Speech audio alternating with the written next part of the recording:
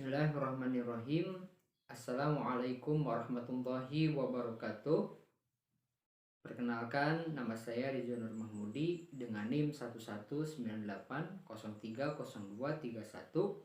Saya dari kelas Sosiologi E semester 4, Fakultas Ilmu Sosial dan Ilmu Politik UIN Sunan Gunung Jati Bandung. Baik, di sini insya Allah saya akan mencoba menjelaskan mengenai pengertian hukum syara dan pembagiannya. Langsung saja, yang pertama yakni tentang pengertian hukum syara. Hukum syara merupakan kata majmuk yang tersusun dari kata hukum dan kata syara.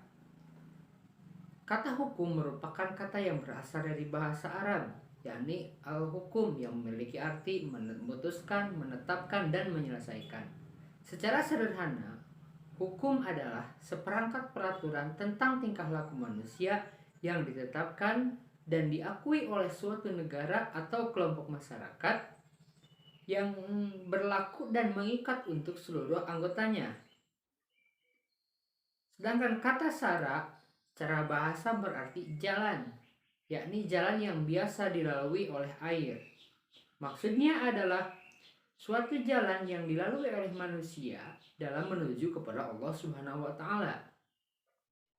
Nah, sedangkan yang dimaksud dengan hukum syara itu sendiri adalah seperangkat peraturan berdasarkan ketentuan Allah tentang tingkah laku manusia yang diakui dan diyakini berlaku serta mengikat untuk seluruh umat yang beragama Islam. Nah, ulama ahli fikih dan ulama usul fikih berbeda pendapat dalam memberikan pengertian. Menurut ulama ahli usul fikih, hukum syara adalah khitab atau titah Allah yang menyangkut tindak tanduk mukallaf dalam berbentuk tuntutan atau pilihan berbuat atau tidak, atau dalam bentuk ketentuan-ketentuan. Nah, sedangkan menurut ulama ahli fikih, hukum syara adalah sifat yang merupakan pengaruh atau akibat yang timbul dari titah Allah terhadap orang mukallaf. Seperti itu. Kemudian yang selanjutnya yakni bahwa hukum syara ini menurut ulama ahli usul fikih terbagi ke dalam dua bagian, yakni hukum taklifi dan hukum wad'i. Bagian yang pertama yakni hukum taklifi. Yang dimaksud dengan hukum taklifi ialah suatu ketentuan yang menuntut mukallaf melakukan atau meninggalkan perbuatan atau berbentuk pilihan untuk melakukan atau tidak melakukan perbuatan. Contoh dari hukum taklifi ini adalah seorang mukallaf wajib melakukan puasa di bulan Ramadan, seorang mukallaf diharamkan untuk memakan bangkai, dan seorang mukallaf dibolehkan untuk mengqashar sholat dalam perjalanan jauh. Nah, hukum taklifi ini terbagi ke dalam 5 macam. Yang pertama yakni wajib atau ijab, yang kedua mandub atau sunnah, yang ketiga tahrim atau haram, yang keempat makruh, yang kelima mubah. Yang pertama yakni hukum wajib. Yang dimaksud dengan hukum wajib atau ijab ialah suatu perintah itu harus dilakukan oleh mukallaf sesuai dengan petunjuk yang telah ditentukan. Nah, konsekuensi dari hukum wajib ini ialah jika dilakukan akan mendapatkan pahala dan jika ditinggalkan akan mendapatkan dosa. Contohnya seperti sholat 5 waktu atau sholat fardu, berpuasa, membayar zakat, menunaikan ibadah haji bagi yang mampu, dan berbakti kepada kedua orang tua. Nah, yang kedua yakni mandub atau sunnah. Secara bahasa, mandub adalah sesuatu yang dianjurkan. Sedangkan secara istilah, mandub ialah perintah yang datang dari Allah untuk dilakukan oleh seorang mukallaf secara tidak tegas atau harus.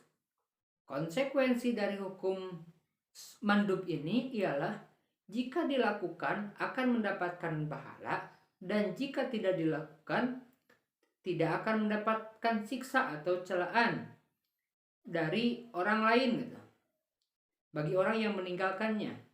Contohnya seperti mencatat hutang, sholat sunat, dan mengucapkan salam. Nah, bagian yang ketiga yakni tahrim atau haram. Secara bahasa berarti sesuatu yang lebih banyak kerusakannya dan sesuatu yang dilarang. Konsekuensi dari haram ini ialah akan mendapatkan dosa dan kehinaan bagi orang yang mengerjakannya, dan akan mendapatkan kemuliaan dan pahala bagi orang yang meninggalkannya. Contohnya seperti berzina, mencuri, minum khamar, serta yang lainnya. Kemudian yang keempat yakni makruh. Makruh ialah dari kata kariha, yaitu sesuatu yang tidak disenangi, dibenci, atau sesuatu yang dijauhi. Secara istilah makruh ialah sesuatu yang dituntut syara kepada mukallaf untuk meninggalkannya dalam bentuk tuntutan yang tidak pasti. Contohnya seperti larangan Allah Subhanahu wa Ta'ala untuk tidak bertanya tentang sesuatu hal yang apabila dijelaskan sesuatu tersebut dapat menyulitkan kita. Kemudian yang selain itu dilarang untuk menghambur-hamburkan harta. Nah, yang kelima yaitu mubah atau ibaha. Secara bahasa, mubah ialah melepaskan dan memberitahukan. Secara istilah, mubah ialah suatu perbuatan yang diberikan kemungkinan kepada mukallaf antara berbuat atau meninggalkan.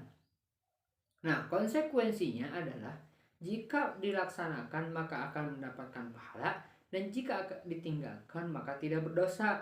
Contohnya adalah seperti makan, minum, berburu setelah melakukan haji, dan sebanyak yang lainnya. Dan yang kedua dari hukum syara ini adalah hukum wad'i. Yang dimaksud dengan hukum wad'i adalah ketentuan Allah yang menetapkan sesuatu sebagai sebab, syarat, mani', rusoh atau ajimah, sah dan batal. Nah, hukum wad'i ini terbagi ke dalam 5 bagian. Yang pertama yaitu sebab. Dalam bahasa Indonesia, sebab diartikan sebagai sesuatu yang dapat menyampaikan kepada sesuatu yang lain. Secara istilah, sebab didefinisikan sebagai sesuatu yang dijadikan syariat sebagai tanda bagi adanya hukum, dan tidak adanya sebab sebagai tanda tidak adanya hukum. Contohnya seperti masuknya bulan Ramadan merupakan tanda kewajiban untuk berpuasa. Masuknya bulan Ramadan merupakan sebab, dan kewajiban berpuasa merupakan hukum. Selanjutnya yang kedua yakni syarat. Yang dimaksud dengan syarat adalah sesuatu yang tergantung kepadanya adanya hukum. Lazim dengan tidak adanya tidak ada hukum, tetapi tidaklah lazim dengan adanya ada hukum. Nah, secara lebih sederhana, syarat adalah suatu penyempurna bagi suatu perintah syara. Contohnya yakni hubungan perkawinan menjadi salah satu syarat untuk menjatuhkan talak. Tidak ada perkawinan maka tidak ada talak. Bagian yang ketiga yakni mani atau penghalang. Secara bahasa kata mani berarti penghalang. Dalam istilah usul fikih, mani adalah sesuatu yang ditetapkan syara sebagai penghalang bagi adanya hukum atau berfungsi sebagai sebab batalnya hukum. Contohnya adalah seorang anak akan mendapatkan warisan dari ayahnya yang sudah meninggal, tetapi ia diputuskan tidak akan mendapatkannya dikarenakan ia mempunyai penghalang, baik itu berupa ia murtad atau meninggalnya ayahnya itu dikarenakan dibunuh oleh anak tersebut. Yang keempat yakni rukhsah dan ajimah. Yang dimaksud rukhsah ialah keringanan hukum yang diberikan Allah Subhanahu wa Ta'ala kepada mukallaf dalam kondisi-kondisi tertentu. Nah, sedangkan yang dimaksud dengan ajimah ialah hukum yang berlaku secara umum yang telah disyariatkan oleh Allah sejak semula, di mana tidak ada kekhususan karena suatu kondisi. Nah, contoh seperti sholat waktu merupakan kewajiban yang diberikan Allah kepada mukallaf untuk dilakukan dalam kondisi dan situasi apapun atau di semua kondisi. Nah, yang kelima yakni sah dan batal.